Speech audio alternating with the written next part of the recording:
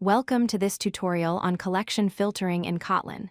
Today, we'll explore three powerful functions: filter, filterNot, and filterIsInstance.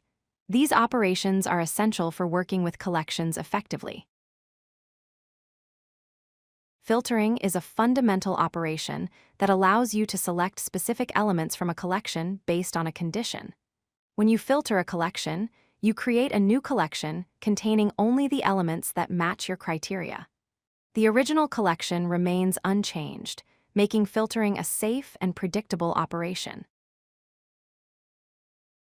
The filter function is the most commonly used filtering operation. Here's a simple example. We have a list of numbers from 1 to 6. By calling the filter function with a lambda expression, we can select only the even numbers. The condition checks if each element, represented by it, is divisible by 2 with no remainder. The result is a new list containing only 2, 4, and 6. Filter can handle more complex conditions too. In this example, we have a list of names. We want to find names that are longer than 4 characters and start with the letter C. By combining multiple conditions using the double ampersand operator, we can be very specific. Here, only Charlie meets both criteria, so our filtered list contains just that one name. Sometimes, it's clearer to express what you don't want rather than what you do want. That's where filterNot comes in. Using the same list of numbers, we apply filterNot with the condition that checks for even numbers. But unlike filterNot returns elements that do not match the condition. So we get 1, 3, and 5, all the odd numbers. The key difference is that filterNot returns elements that don't match your condition, making it the inverse of filter.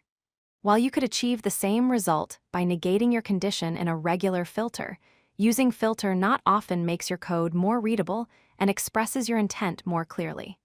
Choose the one that makes your logic easier to understand. filterIsInstance is specialized for filtering by type. When you have a collection with mixed types, this function lets you extract only elements of a specific type. In this example, our list contains both integers and strings mixed together. By calling filterIsInstance with the string type parameter, we get only the string elements, 2 and 4. Similarly, using filterIsInstance with the int type parameter gives us only the integers, 1, 3, and 5. Let's recap the three filtering functions. Filter returns elements that match a condition.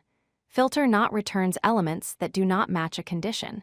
And filterIsInstance returns only elements of a specific type.